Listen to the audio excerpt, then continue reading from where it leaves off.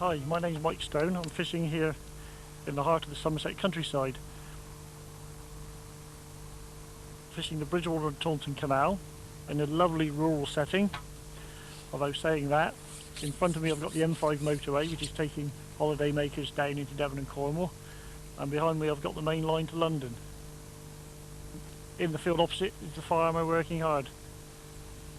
I'm fishing the hemp down the middle of this canal, catching a few roach, and so far I'm getting plenty of bites, feeding the hemp 6 or 7 grains at a time.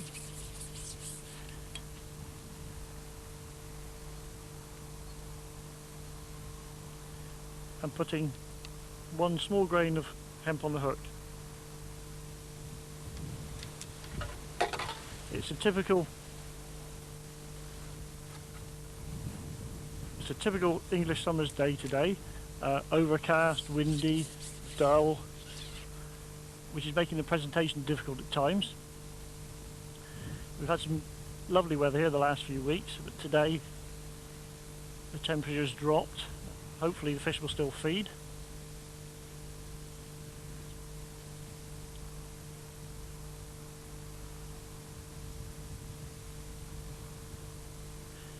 The main species in the Bridgwater Canal are roach, tench and bream.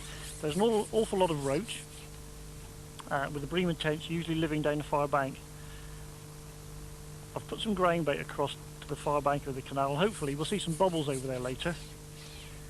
And when we do, we'll go over and try and catch a big fish. But for the moment, we're getting lots of bites from small roach down the canal. It's quite interesting that when you fish the hemp, you tend to get the better quality roach. Having said that, the last year or two I've had a definite tendency to catch everything that swims, small roach, big roach, and I've even had a couple of skimmers on it today.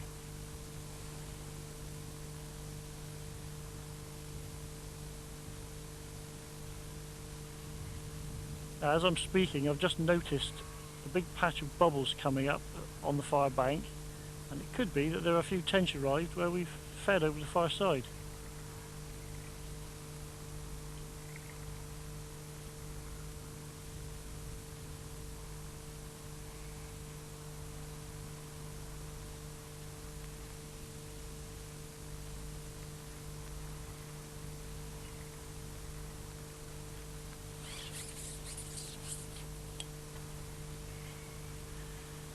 The hemp fishing is very interesting because you can have a very good day's sport for probably £1, I would imagine. You can go in a shop and buy a bag of cooked hemp for £1. Very good method for the juniors because it's very inexpensive. All you need is a short pole. You don't need to fish the hemp down the far bank of any canal. In fact, when I say canals, you can probably catch on the hemp on most venues these days. You can fish a 6-metre pole. Just go to the canal with the hemp. You don't need any maggots, casters or anything else, and you can have an excellent day's fishing at a very low cost. I'm getting a few bites down the middle of the canal, some of which I'm missing. A lot of people think that the bites you miss are actually fish trying to bite the shot, because obviously the shot looks a bit like the hemp, and the fish mistake it and sometimes eat the shot.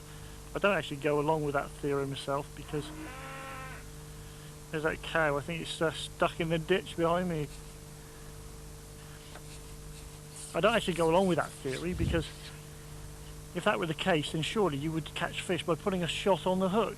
I think it's fish that are a bit shy and they're not really taking the hemp properly and they're just pecking at it, and therefore you're missing bites. And it's inevitable when you're catching fish of this size, you're going to miss a few bites anyway. This canal has been plagued over the last few years with an explosion of a fish called motherless minnows. I've actually caught a couple this morning already. Some of them are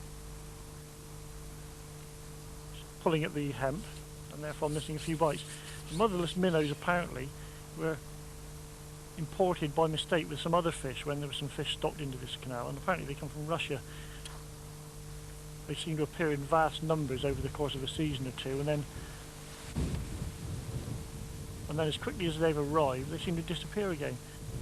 This year they've not been so much of a problem, but we may catch one or two.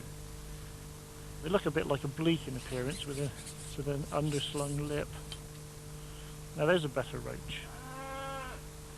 I'm just going to slip the net under that one.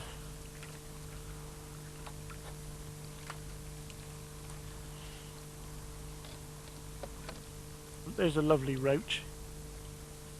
Fishing the hemp, 95% of the fish you catch are probably roach, but you do catch some silver bream which are in this canal, and it's a well-known fact.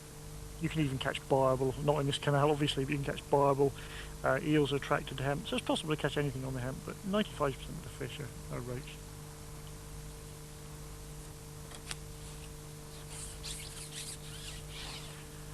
Just ship it back out.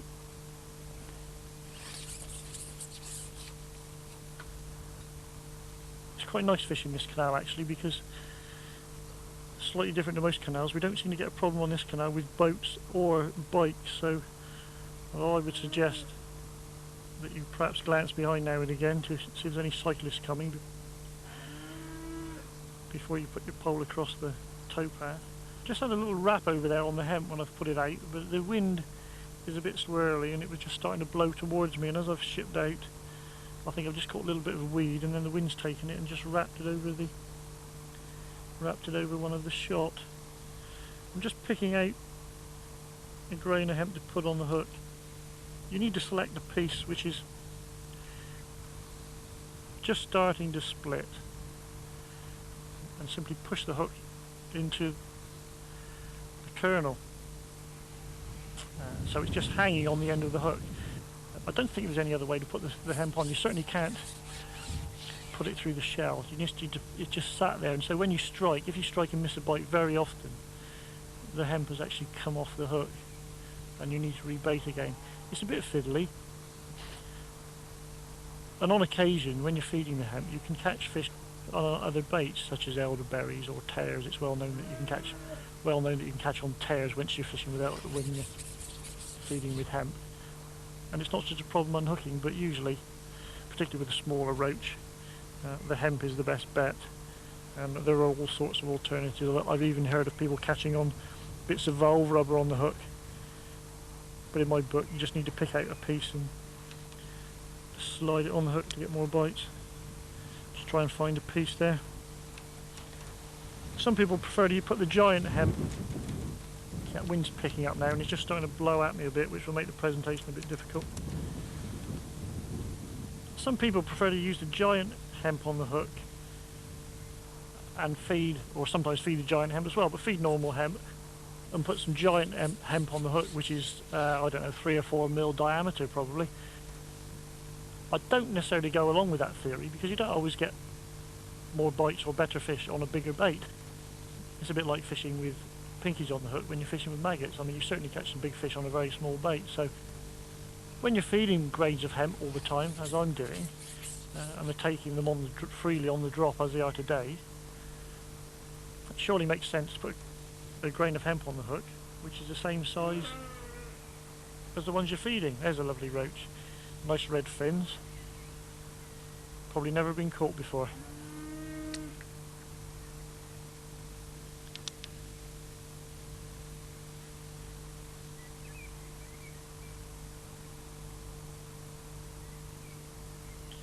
Just slide another piece onto the hook, ship it out. After I've talked about not having any bicycles on this canal, there's one coming now, so I'll just check that the landing net is out of the way so you can go past.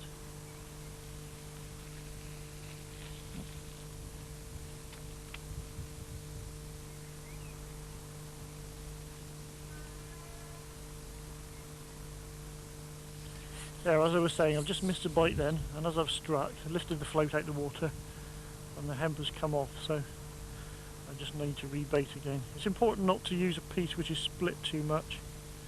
If it's opened up too much, it will come off the hook very easily. You need the pieces where you can just see the white piece in the middle, and just push the hook into it with your thumbnail, just so that the point is sticking out of the hemp.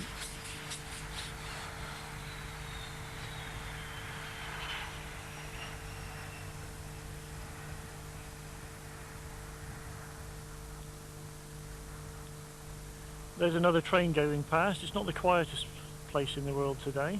We haven't had a boat yet, but maybe we'll get one sometime today. This canal is just flowing very slowly today, which is perfect for the hemp fishing. There's the train, and now there's the cow again stuck in the ditch behind me. The canal is flowing quite slowly today, and I think that's perfect for the hemp fishing, because if you have a slight flow on the canal, it means that the fish have got to remain active, and they've got one chance to take the hemp. They just take it as it goes past the noses, and you tend to get some confident bites. When there's no flow on the canal, they've got more chance to inspect the bait. As a consequence, you can sometimes miss more bites. I've got the float shotted down to a spot on the surface, but nevertheless, I'm still getting little knocks and indications where the fish are knocking the hemp, but not really taking it. Having said that, that one's taken it, and I'm going to need to use a disgorger. There we go, lovely roach. I always keep the disgorger around my neck on a piece of old pole elastic, so that it's always at hand, and then if you need to use it, you can get the fish back in the water as quickly as possible without having to search around for a disgorger.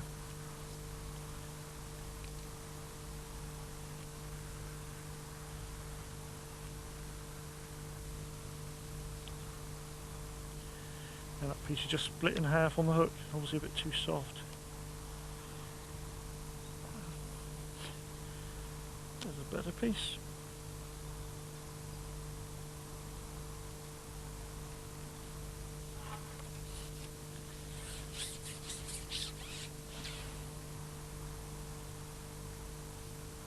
Now the wind has come up now and just put a ripple on the water. Sometimes when that happens, the fish actually feed more confidently because they don't see the shadows. The shadows of anglers and poles over the water are actually broken up by the ripple on the water. I'm sure they'll feed more confidently. There we are. We had a fish as soon as we went in then. Now that ripple's come up. When I started, I was catching a few small roach, but they're slowly getting bigger now, and it's noticeable again. It's hooked just inside the lip, which just shows that the fish are just starting to take the hemp more confidently. The rigs I use for hemp fishing are interesting. Because this canal usually has a slight flow on it, I use a float which is not a conventional pole float as we know it perhaps, but it's more like a very small version of a stick float, and this one in fact takes 4 number 10 shot, and you're able to hold back slightly with it, as I say, because it's like a traditional stick float. With the hemp fishing I use floats which are as small as you can get away with, if you like. 4/8s, 4/10s certainly. I certainly wouldn't use a heavier float unless I was fishing much deeper water, but in this canal where you're fishing perhaps 3 foot deep, you don't need a big float, and you tend to find that if you don't use a big float, the fish do take it more confidently. I spread the shot out all the way up the line to get a nice slow fall on the bait as you put it in. The reason for this is very often when you're feeding with hemp, the fish come up in the water, and as a consequence, if you fish a rig with the shot bulked a foot from the hook, it goes down too quickly and you miss out on a lot of the quality roach. And it's very often you find that the quality roach are the fish which are taking it up in the water, and they're actually above the smaller fish which are lying near the bottom. Just picking out a suitable grain for the hook. It's worth mentioning how to prepare the hemp. You can buy the hemp from tackle shops or pet shops.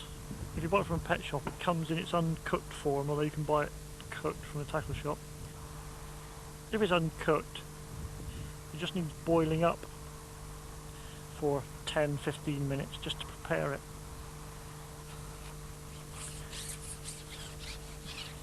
It needs boiling up for 10 or 15 minutes, and it's probably as well to soak it for 10 or 15 minutes beforehand. You need to just keep checking it every few minutes whilst it's boiling. Just dip a fork in it and take out a few grains and just have a look at them. And as you can probably see from there, when the 50% of them start to split and you can see the white pieces coming through the hemp, then it's probably cooked. You will always have a few that have split too much and aren't suitable for the hook, and likewise you'll have some which are probably still solid. By picking out the ones which are just starting to split, you'll have plenty to feed and certainly enough to put on the hook. It's very simple, very simple. Whilst I'm fishing down the middle here, catching these ropes, I'm just casting my eye across to the far bank where I've been feeding all the time. And what I'm going to do is just cut some more grain bait and casters across to the far bank, because there's sure to be some tench swimming along the far bank.